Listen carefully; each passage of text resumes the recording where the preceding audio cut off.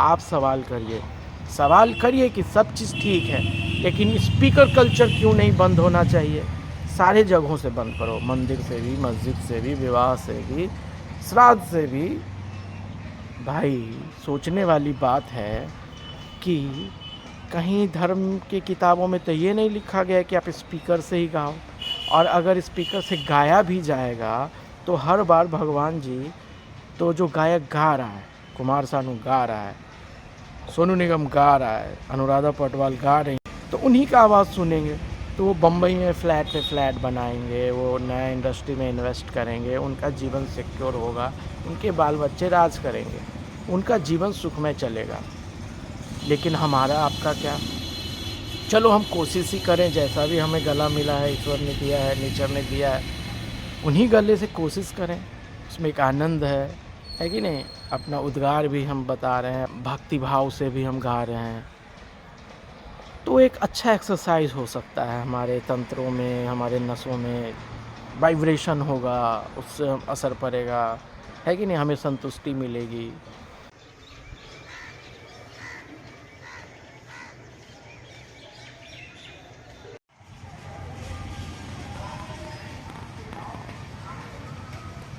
ये हमारा छत है और भीषण ठंड है, कभी कभी धूप उगता है, तो हम आजकल कभी छत पे आते हैं, नेचर को देखते हैं, थोड़ा ठंडक को और महसूस करते हैं, क्योंकि 10-12 साल से जहाँ मैं रहता था वहाँ की जलवायु ऐसी नहीं थी, वो भीषण ठंड नहीं झेलते थे। तो भीषण ठंड देखते हैं, कोहरा देखते हैं, थोड़ा नेचर को ऑब्ज़र्व करते हैं।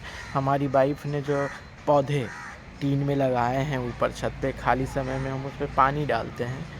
इस तरीके से पेड़ पौधे देखते हैं, घास फूस के बारे में जानते हैं, ऐसे ही समय व्यतीत करते हैं। बहुत ज़्यादा किताब खरीदते हैं, बहुत कम पढ़ते हैं। पहले तो सिनेमा सीरीज़ वगैरह भी देखते थे, अब नहीं देखते हैं, क्योंकि लोड है कि कुछ अच्छा देखो, कुछ काम का देखो, कुछ आपको जो स्किलफुल बनाए वैसी वीडियोस देखो। मैं अपने स्किल पे काम करूं, मैं अपने स्किल को अपग्रेड करूं, मैं कोई नया स्किल सेट एक्वायर करूं, उस पे मैं प्रयासरत हूं। ये नहीं प्रयास मतलब मैं प्रयास करता हूँ, मैं कई दफ़े फेल होता हूँ, मैं कई बार पास भी होता हूँ। तो जब मैं पास होता हूँ तो मुझे खुशी मिलती है कि चलो भैया, मेरा जो इतना समय गया वो मेरा सार्थक हुआ। जैसे मुझे फ़ोटोशॉप नहीं आता था, तो आजकल मैं फ़ोटोशॉप की ट्यूटोरियल्स देखता हूँ। मुझे पैसे कमाने की सख्त ज़रूरत है, तो मैं और डिफरेंट आइडियाज़ कैसे हो सकता है उन पे विचार करता हूँ। अगर मैं कोई काम करना चाहता हूँ तो उस पे वीडियोज़ देखता हूँ। कोशिश करता हूँ कि ज़्यादा से ज़्यादा मेरा जो समय हो, अच्छे सूचनाओं को ग्रास्प करने में, अच्छे जो वीडियोज़ हैं या डेटाज़ हैं उनको कंज्यूम करने में रहता हूँ, कोशिश रहती है। इसका ये मतलब नहीं कि मैं समय बर्बाद नहीं करता हूँ, बिल्कुल समय बर्बाद करता हूँ। प्रैक्टिकल यही है कि आदमी चाहे भी तो हमेशा समय यूटिलाइज़ नहीं कर सकता है, लेकिन कोशिश ये रहती है मैक्सिमम टाइम कि यूटिलाइज़ किया जाए। वो डिफ्रेंशिएट करना बड़ा मुश्किल हो जाता है कि एक लग्ज़री चीज़ है और ये एक नीड है, नीड और वांट। तो पहले मैं वांट चाहता था, क्योंकि मैं खुली आँखों से जो जीवन की सच्चाई है वो नहीं समझ पाता था। अभी मुझे पता है कि पहली जो प्रायोरिटी है आपकी, वो है अपना भरण पोषण करना। तो बहरहाल देर ही सही, 32-35 साल में मुझे ये लगा कि पहली प्रायोरिटी तो ये होती है भैया, तो ये वाले जोन में डेटा कंज्यूम करो। डेटा कंज्यूम करने से नहीं होगा, उस पर वर्क करने से भी होगा, उसको इम्प्लीमेंट करने से भी होगा। वो लेबर मांगेगी, है ना? वो टाइम मांगेगी, वो लेबर मांगेगी, वो आपका इंटरेस्ट मांगेगी, वो आपका कमिटमेंट मांगेगी, वो आपका इंगेजमेंट मांगेगी। अकर्मण्य हो के नहीं किया जा सकता है, आपको पुरुषार्थ करना पड़ेगा। जहाँ भी जाओ एक ही चर्चा है। पिछला हफ्ता पूरा इन्हीं चर्चाओं के बीच गुजरा। चूँकि अब मैं गांव में रहने लगा हूँ, तो भीषण ठंड में अलाव तापते लोग या चाय की दुकान पर चाय पीते लोग बस यही चर्चा किए जा रहे हैं कि किसकी सरकार बनेगी। कभी नेताओं को गलियाने में उनका समय जा रहा है, तो कभी उनका क्या फ़ायदा होगा और देश का क्या फ़ायदा होगा, कौन सही है कौन गलत है, ऐसी ढेर सारी चर्चाओं में वो लिप्त रहते हैं। सूचनाओं का अंबार है, सूचनाओं से बचिए। सूचनाओं से बचने की आवश्यकता है हम इंसानों को। हमारा दिमाग में अनावश्यक सूचनाओं का जो कूड़ा जमा हो रहा है, उससे हमें बचना चाहिए। और ऐसा प्रतीत होता है कि पॉलिटिशियन जो हैं हमारे देश के, अब उन सब लोगों ने लगभग, और बिहार के संदर्भ में, क्योंकि मैं क्यों बना रहा हूँ ये वीडियो, क्योंकि बिहार आज की डेट में, आज अभी जब मैं आपसे मुखातिब हूँ, तो इंटरटेनमेंट शिफ्ट हो गया है पॉलिटिक्स पे, जो कि पहले कभी नहीं था। पहले डेटा इतना सस्ता नहीं था, इंटरनेट की सुगमता इतनी नहीं थी, इंटरटेनमेंट का डोज का ढेर सारा सप्लाई हो, इसका जिम्मेदारी हमारे राजनेताओं ने ले लिया। और ख़ास करके हमारे राज्य के मुख्यमंत्री, उनका काम है सुचारू रूप से सरकार चलाना, जनता के समस्याओं का समाधान करना, अच्छे नीति निर्धारण करना, शांति बनाना, सौहार्द बनाना। लेकिन लगता है उन्होंने न्यूज़ मीडिया से पैसा ले लिया है। वो ultimate supply, unlimited supply entertainment का आपको कर रहे हैं। ये लोग बॉलीवुड वाले को भी मुँह चढ़ाते हैं। बॉलीवुड से मेरा मतलब है पूरा फिल्म इंडस्ट्री, वो हिंदी फिल्म इंडस्ट्री है पूरा, वो भी, और बाकी तमाम तरह का जो भांडगिरी होता है अपने देश में, उससे वो लोग लगता है छीन लेंगे, ऐसे ही बैकफुट पे ऐसे नमा। तो आज वोटर को जागरूक होना पड़ेगा। हमेशा से जानते हैं कि बिहार राजनीतिक रूप से बहुत ही जागरूक है, अच्छी बात है, लेकिन जागरूकता के इतर एक दीवानगी के हद तक, एक जुनूनी दर्शक के तौर पे पूरा दिन युवा एनालिसिस देखता है। कोई नमन जी है वो बकता है पंचनामा में, कोई भिलारी जी है वो बकता है एनालिसिस में, और भी तमाम तरह के कुकुर मुत्ते की तरह यूट्यूब चैनल बने हुए हैं। अरे भैया, एनालिसिस देखो, सरकार गिरेगी कि बचेगी कि बनेगी, कि हमारा जात का बन रहा है कि हमारे धर्म का बन रहा है, इसने आके ये बदल दिया, इनसे हमको और आपको क्या। हम तो लोकसभा चुनाव में नोटा को वोट देते हैं। अगर हमको लगता है, नोटा को इसलिए वोट देते हैं क्योंकि मुझे कोई सटीक नहीं लगता।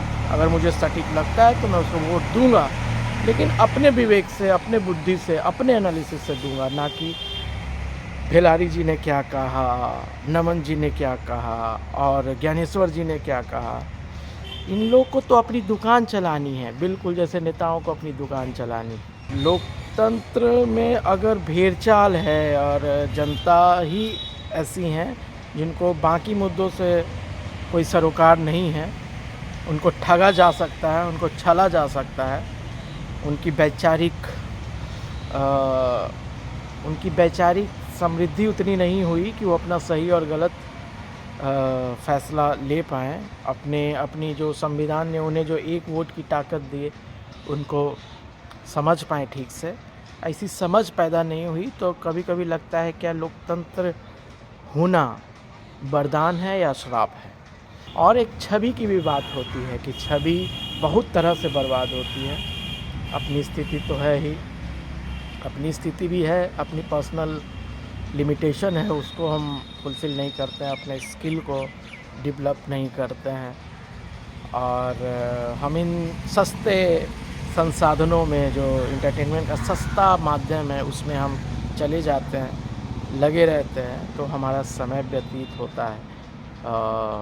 इससे अच्छा है कि हम कोई सिनेमा देख लें, कोई किताब पढ़ लें। सिनेमा तो मैं नहीं कहूँगा, सिनेमा नहीं कहूँगा, कुछ किताब पढ़ लें, है कि नहीं। रीडिंग मजबूत होगा, हमारा रीडिंग मजबूत होगा तो बाल बच्चे को हम अच्छा बेहतर बता पाएंगे, समझा पाएंगे। और लोगों का मानना है कि वैचारिक समृद्धि भी इससे आती है लीजर टाइम में। ये नहीं कि काम धाम छोड़ के किताब पढ़ लिए। भैया, पैसा नहीं कमाओगे, लोग बहुत गलियाता है। सच तो यही है, पैसा बहुत ही इम्पोर्टेंट है। और पैसा तभी आता है जब स्किल सेट पे काम किया जाए। हम इतना बता रहे हैं आपको, हम खुद ही स्किल सेट पे नहीं करते।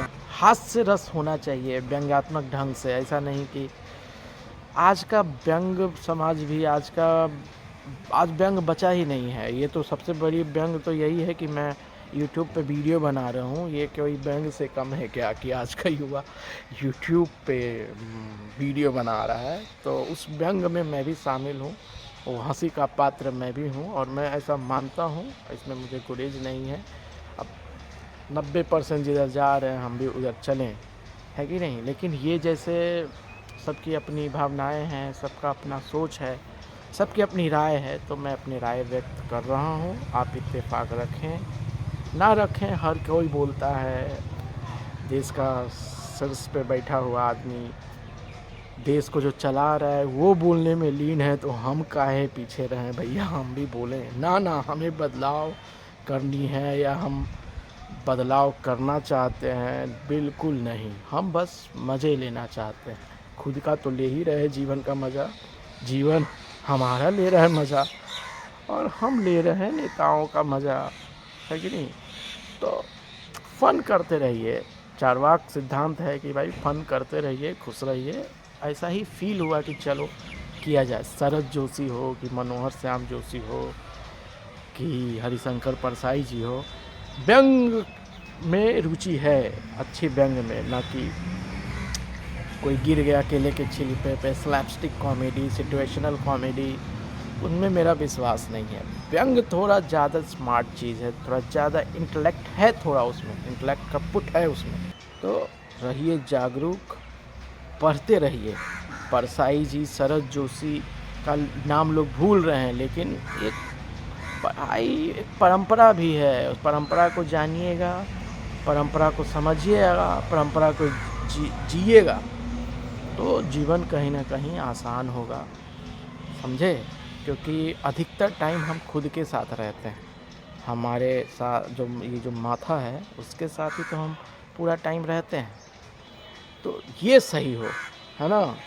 बाकी तो बाहर का दुनिया है ही, एक अंदर का दुनिया है, उसको मजबूत करने के लिए पढ़ना ज़रूरी है। और ढेर सारी किताबों की बातें होंगी धीरे धीरे। चलिए, धन्यवाद।